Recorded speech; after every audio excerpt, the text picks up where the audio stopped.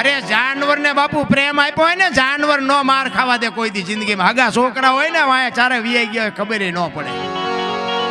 આ હળદીના ઘાટ ઉપર મહારાણાનો ઘોડો પૂજાય છે ને, એ દિલ્હીના બાદશાહ. અરે બાપુ જો વિજય અપાયો હોય તો એ પ્રતાપ ચેતક નો છે, મહારાણાની તાકાત નહોતી ના.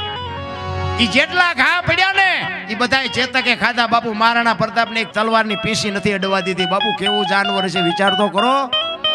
અને છેલ્લે જ્યારે બાપુ ઈ ઘોડાને બાપ કે મહારાણો પ્રતાપ કે મેં શિવ ભોળાનાથ ને બાપ કીધો છે, એક મારા બાપ ને બાપ કીધો છે, બાકી આ દુનિયામાં ત્રીજાને બાપ નથી કીધો. આ ચેતક હું તને બાપ કહું છું. જો એક વખત હાથીના કોંભજળ માથે ડાબા માંડી દે તો બાદશાહનું માથું ઉતારી લઉં, ચાકડીથી પીંડો ઉતારે. કેવું જાનવર છે. તેથી ઘોડો લઈ અને આમ હાથી પાસે ગયો. હાથીની અંબાડી ઉપર દિલ્હીનો બાદશાહ બેઠો છે. અને તેથી મહારાણો કહે છે કે એ બાદશાહ ઉતર હેઠો અને ઉપાડ તલવાર. જો આપને ધરતીના કડા ભેળા ન કરી દઉં તો હું ઘરાણીના પેટે પાણો પીડ્યો કહેવાય.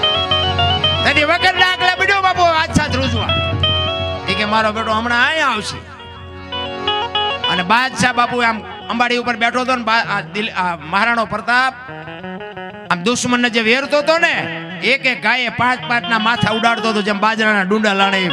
તેથી દિલ્હીનો બાદશાહ વખાણ કરતો હતો કે વાહ દરબાર વાહ, તારી જનતાને ધન્યવાદ દેવો પડે. આ 22,000 ને હું રોટલા દઉં છું, પણ તારા જેવા જો મારી પાસે 10 હોય ને, આખા હિન્દુસ્તાનમાં કોઈને રાજ ન કરવા દઉં. બાપુ દુશ્મનને વખાણ કરવા પડે, ઘા કરતા આવડે તો. તેથી ચેતકને બાપ કે છે મહારાણો. અને એ કે છે એક વખત હાથીના કુંભતળ માથે ડાબા માંડ અને એક ખેતરમાંનો રાઉન્ડ મારીને જબાંગ ઝાક લઈને ઘોડાને મૂક્યો વ્યાતો. અને તેથી પેગડા ઉપર પગ છાડીને ઊભો થઈ ગયો ને હાથમાં ખુલ્લી તલવાર અને વંટોળિયો જાય એમ ઘોડો ગયો ને હાથીના કુંભતળ માથે ડાબા માંડ્યા ને એક ઝાટકો માર્યો ને હાથીના 2 ભાગ કરી નાખ્યા. કોની પાસે વાતો કરી? એની હારે એક તોગાજી હતા ને, તોગાજી. અમે અહીંયા મેવાડમાં ગયા, મેવાડમાં. અને એ મહારાણા પ્રતાપનો જ્યાં અહીંયા મેલ ને એ બધું છે ને, અહીંયા તોગાજીની તલવાર હતી ને, તલવાર આમ ટીંગાડી છે. હું માનું ત્યાં સુધી 2.5 મણની છે. એ તોગાજીની તલવાર છે ને, આમ અહીંયા છે ને, અહીંયા એક કોઈક ચારણ નીકળ્યા છે, કોઈ ગઢવી. કારણ કે ગઢવીના માલિકોથી કંઈક વાતું નીકળે. એ આમ તોગાજીની તલવાર એવું લખેલું હતું. પછી હેઠે ગઢવીએ બાપુ એક સાખી લખી. એ કે હતી તોગાના હાથમાં તેથી ગજને નહોતી ગનારતી, પણ આજ પડીશું કાયરના હાથ કે હાકર કોરોય નથી કાપતી. તોગાના હાથમાં જેથી હતી ને તેથી હાથીને હું નહોતી હારતી. હાથી માથે જો ઘા કરે તો હાથીના 2 ભાગ કરી દઉં, પણ અત્યારે રાકા કોઈ ઉપાડે એવા જ નથી, હાકર કોરોય નથી કાપી શકતી. વિચાર તો કરો કેવા મહાપુરુષો હશે, કેવા એના હથિયાર હશે, એને ઉપાડવા વાળા જાનવર કેવા હશે. એ અમારો સમાજ છે બાપુ, અમને ખુમારી ન હોય એમ તમારા સમાજમાં બાપુ વેલનાથ બાપો થઈ ગયો એનો તમને પાવર ન હોય? હે, આવો સમર્થ પુરુષ નાથ સંપ્રદાય જેને કહેવાય, નાથ સંપ્રદાયનો સાધુ. આ ગોપીચંદ ને ભરતરી ને મચ્છંદર ને ગોરખ ને આ બધા આ ઈવડો ઈ સંપ્રદાય, ટોચનો સંપ્રદાય જેને કહેવાય. અમારે ત્યાં કોથળીઓ તોડી તોડીને 100 વીઘા વેચ નાખી. લો શું સીતારામ છે ને આવડે એમને બોલતા. વેલનાથ બાપુનો એક પ્રસંગ કહી દઉં તમને. વેલનાથ બાપુ એકવાર છે ને આમ વસ્તીમાં વિચરવા નીકળ્યા ને, એ વિચરવા નીકળ્યા અને એક ગામમાં હાંજ પડી અને ચોરા પાસેથી નીકળ્યા. એટલે ગામો ગામ ચોરાઓ અહીંયા રીધી સીધી બેઠી જ હોય ને. અહીંયાથી નીકળ્યા એ કે ભાઈ અમારે હરિહર કરવું છે ને કોઈ રાત રોકાવું છે, કોઈ ઘર ખરું? એટલે એક રામલો કરીને ચુવાળીઓ કોળી અને બાપુ શિકારનો ચોરીનો ધંધો કરે. જો ધ્યાન આપજો, સદગુરુની કૃપા શું હોઈ શકે. એટલે રામલો કરી અને કોળી અને શિકાર ને ચોરીનો ધંધો કરે. એટલે જુવાનિયાઓ હતા ને એને કીધું કે આ બાપુને ઓલા રામલાલ ઘીરે મોકલી દો ને ભલે હું એનું કરે. એટલે એ કે તમે આમ હાલ્યા જાવ છે. એટલે રામભાઈ કરીને નામ છે અને અહીંયા બધા કે આવે. એટલે ફળિયામાં ગયા ને એ કે રામભાઈ તમારું નામ આ મોસરીએ બેઠેલો. એ કે હા બાપુ સીતારામ. હવે જેના ઘરે જાઓ ને તમને એ શું ધંધા કરે છે ફળિયામ કરો તો તરત ખબર પડી જાય. ખેડૂના ઘરે જાઓ ને તો ખબર પડી જાય કે આ ખેડૂ લાગે. માલ ઢોર વાળો હોય ખબર પડી જાય કે આ માલ ઢોર વાળા લાગે. હવે આના હથિયાર બધા આમ ટીંગાતા હતા. એટલે બાપુને એમ થયું કે આ જુવાની મને જે અવળો ભરાયો હશે, પણ કે કાંઈ વાંધો નહીં. એટલે રામલો કે છે બાપુ બોલો. એ કે ભાઈ મારે હરિહર કરવું છે અને રાત રોકાવું છે. કે બાપુ હું તો પાપી પારધી જેવો છું, અહીંયા મારા ઘરે ને તમને હું રોટલાની વ્યવસ્થા કરાવી દઉં. બાપુ કે ના, તારા ઘરનું જ ખાવું છે. બહુ આજીજી કરીને એટલે બાપુનું માનીને કીધું કે કાંઈ વાંધો નહીં બાપુ, તો બેહો. એ રોટલા બનાવ્યા, ખાધું, વાળું પાણી કરીને ફળિયામાં ખાટલા નાખીને બેઠા હતા. એ ખાટલા નાખીને બેઠા હતા અને રામલો કહે છે કે બાબુ અમે તો પાપી છે, અમે તો પારધી જેવા છે, પણ તમે તો સંત છો, કંઈક હારી બે વાતો કરો તો અમારો કંઈક ઉદ્ધાર થાય. એટલે આજુબાજુમાંથી બધા ડોહા આવી અને બેઠા 15-20 જણા અને બાપુ સત્સંગ કરે છે. એ રાતના 12-1 વાગ્યાનો સમય થયો અને રામલાનો એક 18 વર્ષનો દીકરો અને બહાર વાડામાં ગયો અને ત્યાં એને બાપુ એરું આપડી ગયો.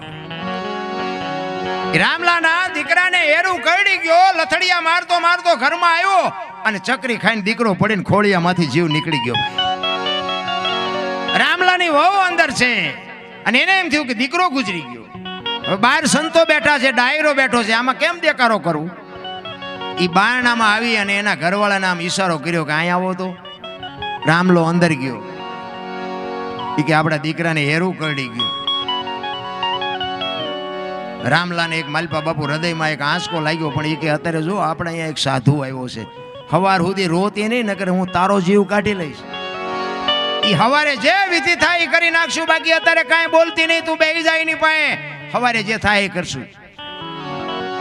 એ હવારે 3-4 વાગ્યા સુધી સત્સંગ હાલ્યો અને આજુબાજુમાં ખબર પડી કે રામલાનો દીકરો ગુજરી ગયો. એટલે ફાળિયા ખંભે કરીને બધા મીડિયા આવવા. એટલે બાપુ પૂછે છે રામલાને કે આ બધા હું આટા મારે છે? કે બાપુ કાંઈ નહીં, હવે હવાર પડવા આવ્યું છે, તમારે નીકળવો નીકળો. એ કે નહીં, આ બધા આટા હું મારે છે પેલા મને કે. અને આખી રાતના બાપુ આહુડા રોકી રાખેલા, જેમ તળાવની પાળ તૂટે અને આખું તળાવ હડડાટી મોરીને જાય ને એમ બે આંખોમાંથી ધારું મડી થવા. બાપુ બાપુ મારો એકનો એક દીકરો રાતે હેરો આપડી ગયો, મારો દીકરો ગુજરી ગયો. તેદિયા વેલનાથ બાપુ એમ કહેતો હોય કે તારા ઘરનો મેં બટકું રોટલો ખાધો છે અને દીકરો જો બેઠો ન થાય તો નાથ સંપ્રદાયના બાવાને ઓળખે કોણ ભલામણ? ક્યાં છે કે રૂમમાં? અને રૂમમાં લઈ ગયા. દીકરાને મોઢે લુગડું હતું, આખું કરીને કહે છે બેટા ઊભો થા, હું કામ તારા મા બાપને દુખી કરું? એ પાણીની અંજળી છાંટી દીકરો ઊભો થયો, પણ રામલાને બાપુ ખટાકો બોલી ગયો હોય કે આ બાવાને જવા ન દેવાય. જો આ બાપુ ગાંઠ વળી જાવી જોવે. આપણે તો હાંકડીમાં આવીને તારે હનુમાન ચાલીસા ચાલુ કરીને બીજે દી પાછા હતા એવા ને એવા.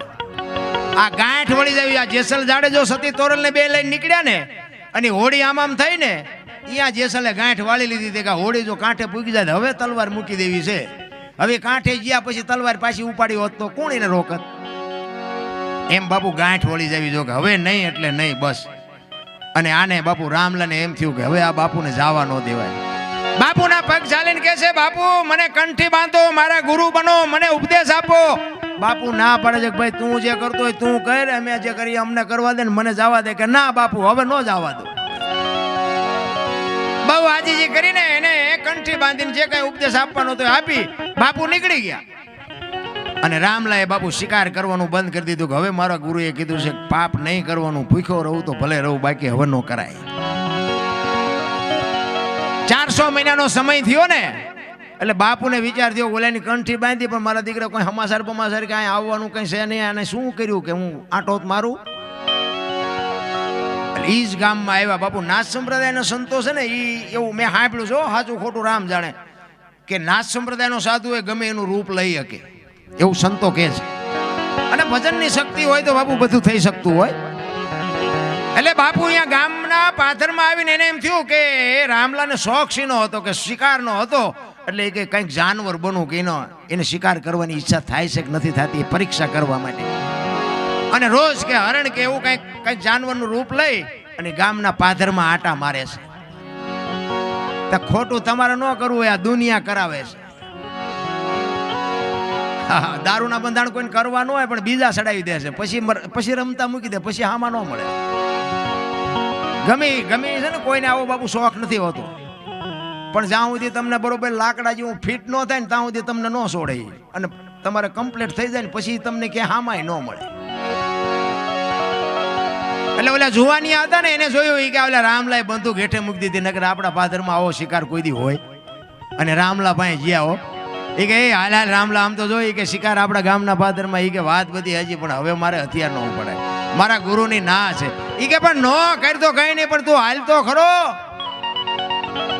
અને ઝાપે લઈ આવ્યા ને બાબુ આમ જ્યાં શિકાર જોયો ને એ 40 વીઘાનો પાંતો ભાળીને ખેડૂનું મન ડફળે ને એમ રામલાનું મન ડફડ્યું હોય કે અત્યારે ક્યાં ગુરુ જોવે, એક ભડાકો કરી લેવાય ને. એ ખીતીએ ટીંગાતી હતી 100 મહિનેથી, બાપુ ઉતારીને ખંખેરીને બાપુ કરી હમી ખાંડીને 7 ગોળીઓ ભરી માલપા આવ્યો ચાપી. અને એ મોર શિકાર ને વાહે રામલો 1 2 3 5 ને 7 ભડાકા કર્યા, શિકાર વિયો ગયો, નો થયો થાય. ઘરે આવ્યો ને ત્યાં એક ભાઈ આવીને બેઠેલા. એ કે રામભાઈ તમે? તો કે હા. તો કે હું જુનાગઢ થી આવ્યો છું, કે બાપુએ કીધું છે કે આશ્રમે આંટો મારે. બોલ્યો કે આજ જ બંદૂક ઉપાડીને આજ જ સમાચાર આવ્યા. પાણી પીવા નો રહ્યો હોય, બંદૂક હોતો બાપુ ગયો આશ્રમે ગયો ને, બાપુના આખા શરીરે પાટા બાંધેલા. રામલો કે બાપુ અમે તો પાપી છે, અમે તો ન કરવાની ધંધા કરી, તમારે એટલી બધી પીડા, આટલા બધા પાટા છે ને બાંધ્યા. અને આમ પાટા ખોલીને આમ ચીપિયાની અણીએથી બાપુ ગોળીઓ મીડિયા કાઢવા. 1 2 3 5 ને 7 ગોળીઓ કાઢીને કે રામલા તારી બંદૂક ની છે બીજાની?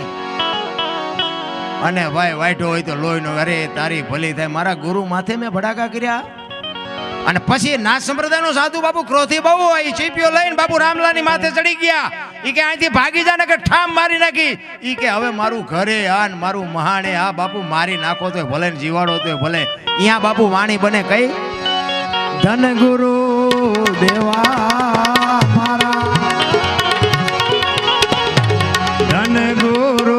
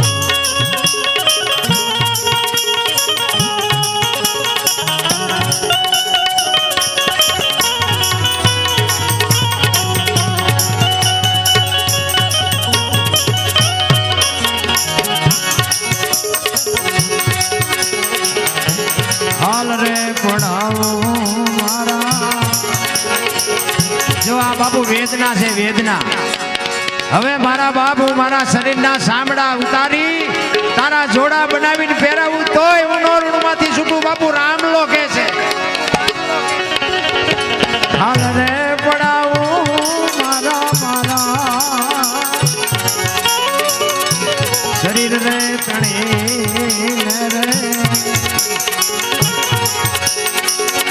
સોનેરી રંગેથી રંગાવો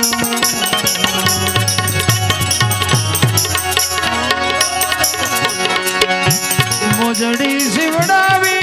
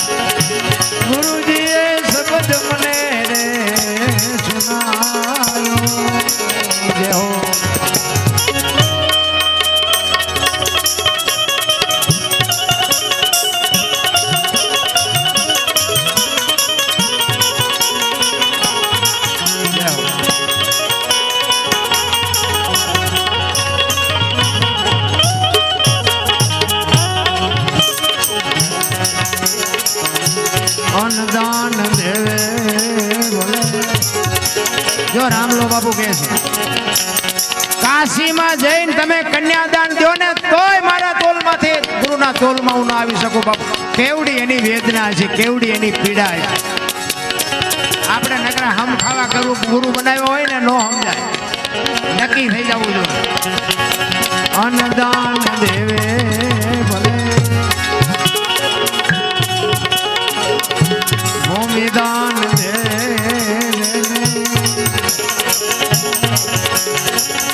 કંચન ના મેર ભલે ને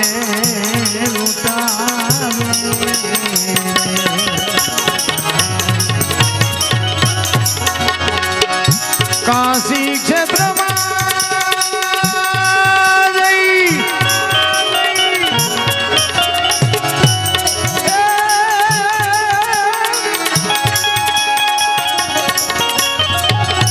કાશી ક્ષેત્રમાં જઈ દીદી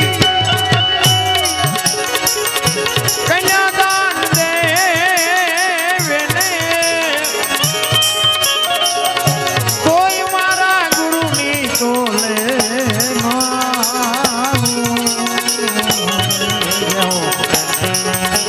ધન ગુરુ દેવા મારા મારા ધન ગુરુ ગુરુએ શબ્દ મને રે સુનાયો જય હો જય હો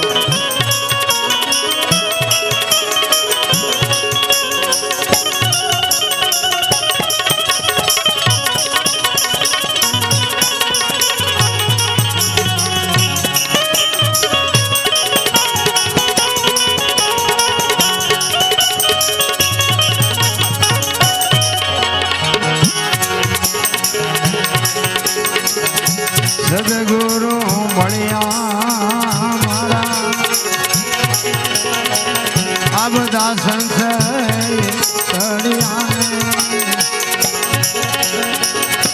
મુક્તિનો માર્ગ બતાવ્યો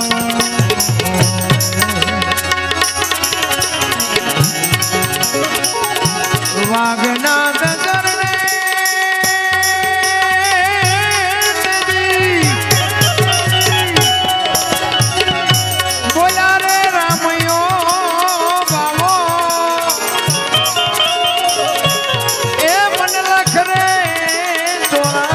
see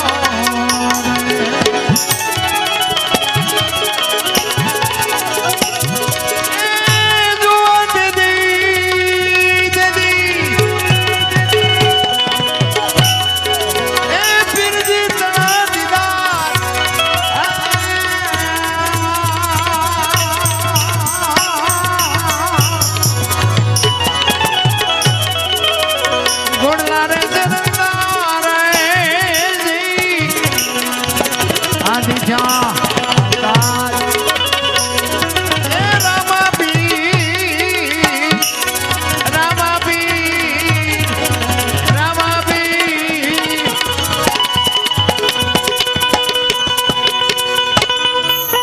જ્યાં જ્યાં છે ને ભજન બન્યા છે ને ત્યાં વાતું પડી છે.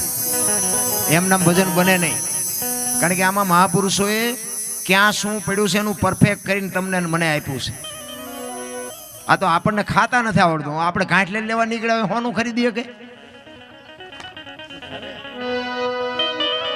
જ્યાં જ્યાં મહાપુરુષોએ બાપુ અનુભવ કરીને ક્યાં શું પડ્યું છે. મીરાબાઈએ ચોખ્ખી વાત કરી કે આત્માને ઓળખ્યા વિના 184 નહીં મટે. આખી દુનિયાને ખબર છે, હવે ઓળખવો કેમ.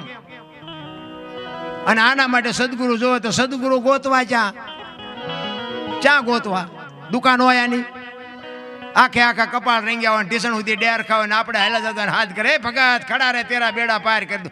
રોટલા હાટું મંડિયું ઠેકો શું અમારા બેડા પાર કરો.